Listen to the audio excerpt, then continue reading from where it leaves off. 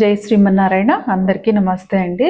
తిరుపతి వెళ్తున్నాము. స్వామివారి కళ్యాణోత్సవం బుక్ అయి ఉంది మనకి. ముందుగా అనుష్ఠానానికి కావాల్సిన సామాగ్రి అన్నీ కూడా సర్దుకున్నాను. ఇట్లాగో అయితే ఇవి ఒకసారి చూపిస్తున్నాను. ఇవి వచ్చి బాక్స్ కంఫర్టబుల్గా అనిపించింది అనమాట నాకు. ఇవి ధూప్ స్టిక్స్ ఉంటాయి కదా, ఆ బాక్స్ ఇది. ఇంకా ఇందులో సర్దుకున్నాను నేను. ఏమేమి పెట్టుకున్నాను అనేది ఒకసారి చూపిద్దామనేసి వీడియో షూట్ చేస్తున్నా.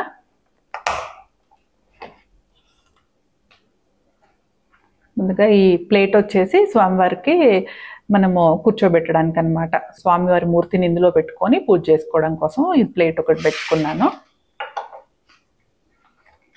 అగ్గిపెట్టు ఒకటి.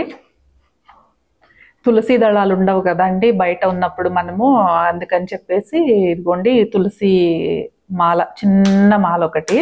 అయితే ప్రతిరోజు కూడా ఈ మాలనే కడిగి స్వామి దగ్గర పాదాల దగ్గర పెట్టుకోవడానికి ఉంటుంది కదా అని చెప్పేసి ఇట్లా ఒక తులసి మాల పెట్టుకున్నాను, చిన్నదిగా చేసుకొని నేనే.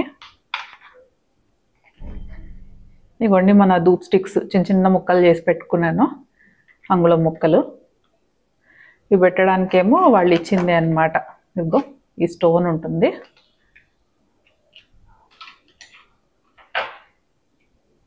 వెలిగించి స్వామికి ధూపం వేసుకొని అలా పెట్టుకోవడము. అంటే పెద్ద పెద్ద ఎందుకు వద్దు అని అంటే, బయట వెళ్ళినప్పుడు మనకి వీలు ఉన్న దగ్గర అనుష్ఠానం చేసుకుంటాం కదా, అప్పుడు ఈ చిన్నదైతే సరిపోతుంది. మరి పెద్దది మొత్తం కాలాలంటే బోల్ టైం కదా, అంత టైం మనం స్పెండ్ చేస్తామో లేదో కూడా తెలియదు కదా అక్కడ. కానీ నిత్యానుష్ఠానం అనేది కంపల్సరీ కాబట్టి, అనుష్ఠానం ఎక్కడ మిస్ అవ్వకూడదు కాబట్టి ఇవన్నీ కూడా పెట్టుకొని తీసుకెళ్తాను అనమాట. కుంకుమ, అలాగే గంధం అరగదీసి పెట్టుకున్నాను. ఇందులో ఒక నీటి చొక్క వేసుకొని మళ్ళీ కలుపుకుంటే సరిపోతుంది. ఇవి చిన్న ప్రమిదలు ఉన్నాయి కదా, నేను వేరే పర్పస్కి వాడతాను, దీపాలు పెట్టడానికి కాకుండా అన్నాను కదా అది. ఇది ఒకటేమో నేను శ్రీపాద తీర్థం చేసుకోవడానికి. ఈ తీర్థవటి ఉంటుంది కదా, ద్వైమంత్రాన్ని జపం చేసుకుంటూ ఈ తీర్థవటిని మధ్య వేలితో కొంచెం ఇట్లా రాసి తెల్లగా అంటుకుంటది కదా తెలుపు, ఆ తెల్లటి పౌడర్ లాంటి దాన్ని ఈ గిన్నెలో, అంటే ఇది ప్రమిద అనుకోండి, గోకర్ణం అనాలి. మామూలుగా అయితే గోకర్ణంలో వేసుకుంటారు. గోకర్ణానికి బదులుగా కొంచెం ఆ పర్పస్ నాకు ఫుల్ఫిల్ అవుతుంది కదా అని చెప్పేసి ఈ చిన్న ప్రమిద పెట్టుకున్నాను కదా, అందులో మధ్య వేలితో స్పృశిస్తూ ద్వైమంత్రాన్ని చదువుకొని అనుష్ఠానం పూర్తయిపోయిన తర్వాత ఈ శ్రీపాద తీర్థాన్ని 2 సార్లుగా తీసుకుంటాం కదా, దానికోసం ఇదనమాట. అలాగే తీర్థవటి కూడా ఇంకా ఇట్లా కవర్లో పెట్టేసి పెట్టుకున్నాను. ఇంకో 2 పెట్టుకున్నాను. ఒకటి వచ్చేసి స్వామివారికి నివేదన చేసుకోవడానికి, ఒకటేమో జలం పెట్టుకోవడానికి, ఏదైనా నైవేద్యం పెట్టుకోవడానికి జలము, ఏదైనా డ్రై ఫ్రూట్స్ కిస్మిస్లు కానీ, ఇంకా కొంచెము బెల్లం ముక్కలు, లేదంటే జీడిపప్పులు అలాంటివి, లేదు అక్కడ ఏదైనా ఫ్రెష్ ఫ్రూట్స్ ఏదైనా దొరికినా కూడా ఫ్రూట్ కూడా దీని మీద పెట్టేసి పెట్టుకోవచ్చు అని చెప్పేసి 2 పెట్టుకున్నాను అనమాట. ఒకటేమో స్వామివారికి జలానికి.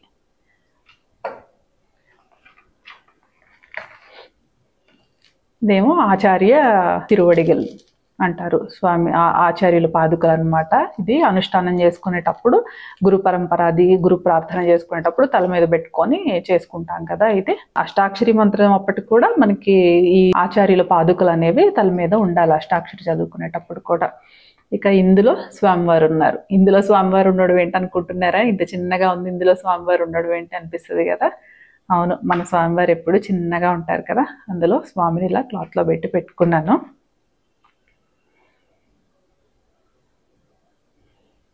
పోయిన సంవత్సరం తిరుమల వెళ్ళేటప్పుడు కూడా ఇట్లానే తీసుకెళ్ళాను కదా, గుర్తుందా? మొదటి నుండి మన ఛానల్ ఫాలో అయ్యే వాళ్ళకైతే తెలుస్తుంది. పోయిన సంవత్సరం తిరుమల వెళ్ళేటప్పుడు కూడా ఈ లక్ష్మీనారాయణులనే తీసుకెళ్ళాను. అక్కడ చక్కగా తిరుమల కొండపైన కూడా నేను పూజ చేసుకున్నాను స్వామివారికి. అక్కడ కూడా నేను అదే లక్ష్మీనారాయణులు. ఇప్పుడే కాదు, ఎక్కడికైనా మధ్యలో ఎక్కడికైనా వెళ్ళినా కూడా 4 రోజులకి 2 రోజులకి 1 రోజుకి వెళ్తున్నా కూడా ఈ లక్ష్మీనారాయణులు ఎప్పుడు కూడా తీసుకునే వెళ్తానన్నమాట. అలాగే స్వామివారు ఇప్పుడు కూడా తిరుపతి వస్తున్నారు మాతో పాటు.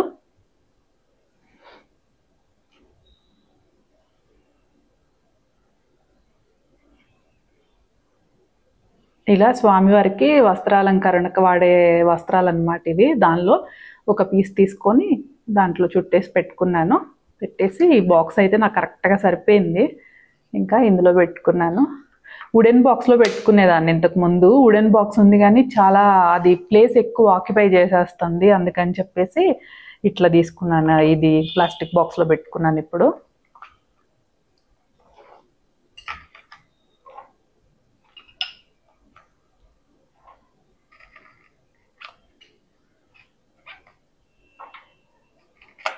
ఇలా అన్నీ మళ్ళీ సర్దేసుకుంటున్నా. మామూలుగా చూపిద్దామని చెప్పేసి వీడియో తీశాను.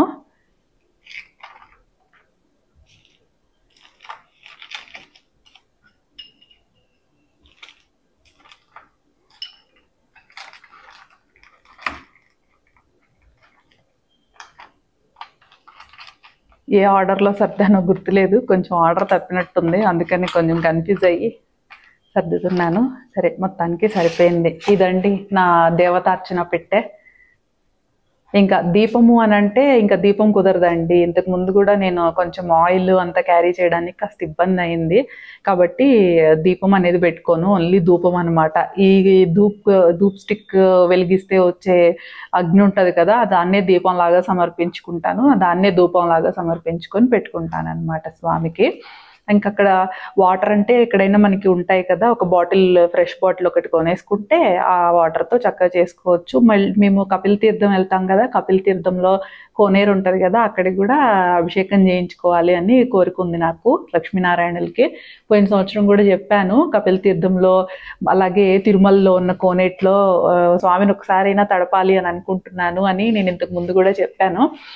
పోయినసారి అయితే నాకు వీలు పడలేదు అట్లా చేయడానికి, ఈసారైనా నేను ట్రై చేస్తాను. అందుకనే కొంచెము కంపాటబుల్గా ఉండడం కోసం ఈ చిన్న ప్లాస్టిక్ బాక్స్ని తీసుకున్నాను. దాంట్లో మళ్ళీ స్వామిని కూడా ఇక్కడ విడిగా పెట్టుకున్నాను. నేను ఇంతకుముందు అంతా కూడా కొంచెం యాంటిక్ స్టైల్లో ఉండే వుడెన్ బాక్స్ తీసుకొని వెళ్ళేదాన్ని అనమాట. అయితే అది కాస్త కొంచెము ప్లేస్ ఎక్కువగా ఆక్యుపై చేస్తున్నట్టుగా నాకు అనిపించి ఇది మార్చేసి ఇట్లా తీసుకున్నాను. నేను ఈసారి ఇట్లా పెట్టుకున్నాను.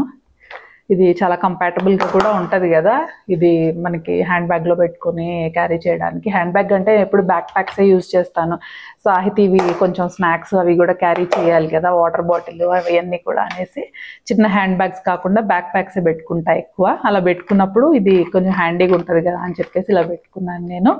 ఇంకా ఇంతకుముందు గురు పరంపరాది కూడా బుక్ కూడా తీసుకెళ్ళాను. ఇప్పుడు అంతా బుక్ అంతా నోటెడ్ అయిపోయింది. ఇప్పుడు నాకు బుక్ లేకపోయినా కూడా గురు పరంపరాది పుస్తకంలో ఉన్నవన్నీ కూడా నోటికి వచ్చేసాయి అన్న కాన్ఫిడెన్స్ వచ్చింది కాబట్టి ఇంకా బుక్ అంతా కూడా పెట్టుకోలేదు నేను ఇంకాను. ఇంకా పాదుకలును ఇది తీర్థవఠి మాత్రం కంపల్సరీగా ఉండాలి కాబట్టి అలా పెట్టుకున్నాను. సో ఇది నేను దేవతార్చన పెట్టెకి ఏర్పాటు చేసుకుని పెట్టుకున్నది. ఎక్కడికి వెళ్ళినా కూడా తీసుకెళ్తాను. ఈ లక్ష్మీనారాయణుల్ని, ఈ చిన్న లక్ష్మీనారాయణుల్ని మాత్రమే తీసుకెళ్తాను అనమాట ఎక్కడికి వెళ్ళినా కూడాను. నా వెంట ఎక్కడున్నా కానీ ఉదయం లేచిన వెంటనే అనుష్ఠానం అనేది కంపల్సరీ జరిగేట్టుగానే నేను చూసుకుంటాను. మనము స్టే చేసే ప్లేసెస్ కూడా అట్లానే ఉండేలాగా చూసుకుంటాను. ఎక్కడ పడితే అక్కడ ఎలాగూ ఉండవనుకోండి, ఎక్కడ పడితే అక్కడ ఎవరమో కూడాను, కానీ కొంచెం ఇట్లా మనము అనుష్ఠానం చేసుకోవడానికి కంఫర్టబుల్గా ఉండాలి కదా కొన్ని ప్లేసెస్, అట్లా చూసుకుంటా. లేదంటే దగ్గరలో ఏదైనా టెంపుల్, మనం స్టే చేసే ప్లేస్లో కొంచెం దగ్గరలో ఏదైనా టెంపుల్ ఉన్నా అక్కడికి వెళ్ళడానికి చూసుకుంటా. ఇక తిరుపతి వెళ్తున్నాం కాబట్టి ఎక్కడ పడితే అక్కడ స్టే చేయాల్సిన అవసరం ఉండదు కాబట్టి తిరుపతిలో అయితే ప్రాబ్లం లేదు. బయట ఏదన్నా వేరే ట్రిప్ వెళ్తాం కదా, అప్పట్లో తమిళనాడు వెళ్ళాం కదా, అరుణాచలం అని, త్రిచి, శ్రీరంగము, చిదంబరం అటంతా కూడా ఆ టైంలో కూడా కొంచెం జాగ్రత్తగా చూసుకొని టెంపుల్ దగ్గర అనుష్ఠానం చేసుకున్నాను నేను పోయినసారి అయితేను. అప్పుడు మేము ట్రిప్ వెళ్ళినప్పటికీ సమాశ్రయణం అయితే అవ్వలేదు, కానీ అనుష్ఠానం అనేది యాజ్ ఇట్ ఈస్గా ఇప్పుడు శ్రీ వైష్ణవ సాంప్రదాయంలో చేసుకున్నట్టుగా కాకపోయినా నాకంటూ ఒక ప్రొసీజర్ ఉండేది నేను అప్పట్లో పెట్టుకున్నది. ఆ ప్రకారం అయితే నేను ఖచ్చితంగా చేసుకునేదాన్ని లక్ష్మీనారాయణను తీసుకెళ్ళి. ఆ తర్వాత ఇక సమాశ్రయణం అయిపోయిన తర్వాత ఇక అంతా కూడా పూజా విధానము, ఉచ్చరించే మంత్రాలు కావచ్చు, అనుష్ఠాన విధానము, గురు పరంపరాది అన్నీ కూడా కంప్లీట్గా శ్రీ వైష్ణవ సాంప్రదాయం ప్రకారమే వెళ్తున్నాయి. సో ఈ దేవతార్చన పెట్టె గురించి, అలాగే తిరుమల ప్రయాణం మొదలు పెడుతున్నాము అనే దాని గురించి చెప్పడానికి వీడియో షూట్ చేశాను. ముందుగా అయితే మేము అహోబిలం వెళ్ళి, అహోబిలం తర్వాత తిరుపతి వెళ్ళి కళ్యాణం ఉంది, కళ్యాణం చేయించుకొని ఆ తర్వాత ఇంకా వెంటనే హైదరాబాద్కి వచ్చేయడం అనమాట. పెద్ద ట్రిప్ కాదు, ఒక 3 days అంతే అనమాట. వెళ్ళే రోజు వచ్చే రోజు కాకుండా మధ్యలో కళ్యాణం జరిపించుకునే రోజు ఒక రోజు అక్కడ ఉండేటట్టు. అయితే నేను బయటకు వెళ్ళినప్పుడు, ఇలా బయట స్టే చేసినప్పుడు నేను ఫుడ్ విషయంలో ఎలాంటి జాగ్రత్తలు తీసుకుంటాను అనేది ఇంకొక వీడియో చేసి డీటెయిల్డ్గా చెప్పాను. అది నెక్స్ట్ పోస్ట్ చేస్తాను. ఆ వీడియో ఎవరికైనా హెల్ప్ఫుల్గా ఉంటుందేమో చూడొచ్చు. సో ఈ వీడియో అయితే ఇంతటితో ముగిస్తున్నానండి. మరో చక్కటి వీడియోతో మళ్ళీ మాట్లాడుకుందాము. జై శ్రీమన్నారాయణ. కృష్ణార్పణం.